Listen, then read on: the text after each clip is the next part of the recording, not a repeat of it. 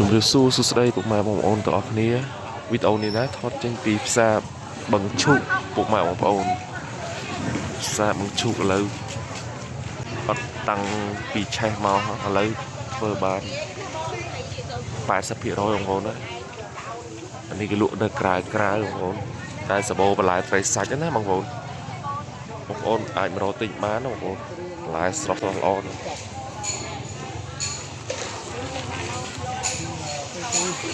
សាបូបន្លែត្រីសាច់ច្រើនជុំបងប្អូនទស្សនាអស់គ្នាបងប្អូនណាសម្រាប់បងប្អូនដែលចូលទស្សនាកុំភ្លេច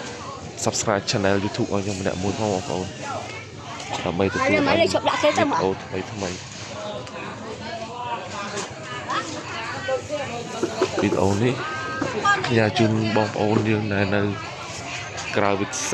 ក្រៅប្រទេសជាពិសេសបងប្អូន admin ជីកសបោអូនេះព្រលឹមឡើងថ្ងៃនេះថ្ងៃទី21ខែ3 2026សបោ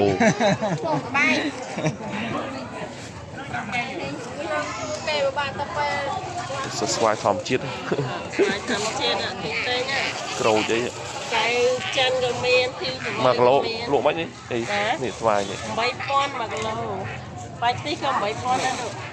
អូនអាចមកទិញបានម្ដុំបឹងឈូកបងប្អូនកៅចិន10000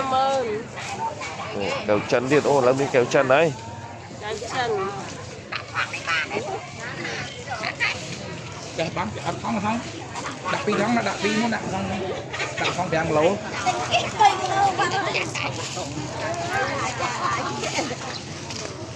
5000បងពលពាន់នេះជួរផ្នែកបន្លែបងប្អូន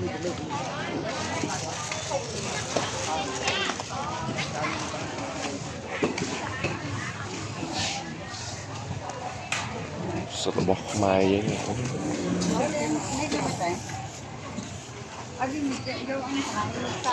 ជួរនេះសុទ្ធតែបន្លែបងប្អូនណា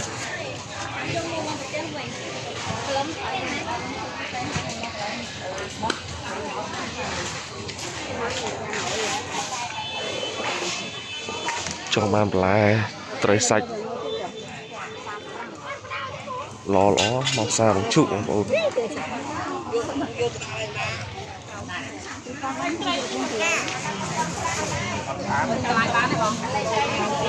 ទុំដើមហើយបន្លែសាមុនណាភាសាក្រូចទៅប៉ុណ្ណេះមានជួបហើយ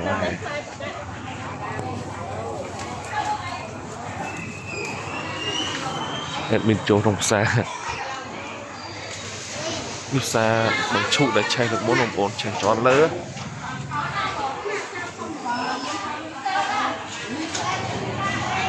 ពីក្នុងនេះគេអត់ឲ្យលក់ទេលក់មួយ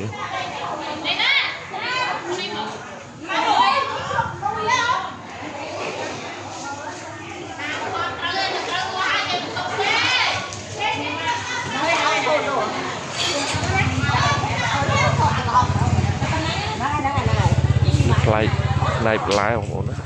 អញ្ចឹងចាំមើលវីដេអូក្រោយខ្ញុំនឹងថតផ្នែកសាច់ម្ដងបងប្អូនណានេះផ្នែកបន្លែអញ្ចឹងបងប្អូនដែលត្រូវការបន្លែបងប្អូនអាចមកច្រកមុខផ្សារហ្នឹងបងប្អូនបន្លែល្អច្រើនណា